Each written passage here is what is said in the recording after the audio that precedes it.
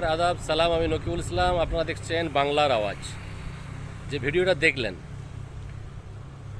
দেবকে দেখে বিজেপির কিছু সমর্থক জয় শ্রীরাম বলে আওয়াজ করে। सामने से साइड कीजिए, सामने से।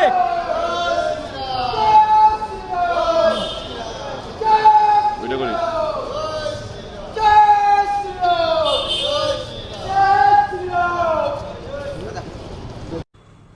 আওয়াজ করে কোথায়? বাগডোগরা এয়ারপোর্টে। মানে বাগডোগরা এয়ারপোর্ট থেকে উনি নর্থ বেঙ্গলে যাচ্ছেন প্রচারে।